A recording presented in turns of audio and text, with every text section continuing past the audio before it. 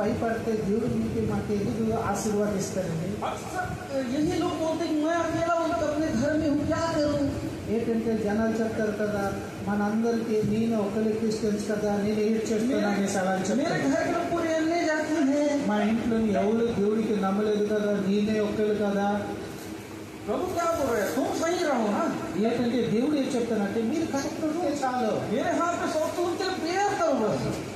तुम उनके लिए प्रेयर करो बस. మీరు అతను మీ కుటుంబం కోసం మీరు ప్రార్థన చేయాలి. मैं तो बदलूंगा. నేనే మార్చిన వ్యక్తి దేవుడే.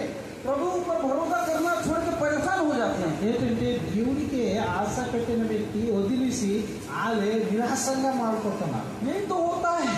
ఇదే జరుగుతుంది. निराशा आया నిరాశ వస్తే हमारा नुकसान. ఏంటంటే నిరాశ వచ్చిందంటే మీకే లాసే. डर निराशा आया ఇప్పుడు నిరాశ వస్తుంది.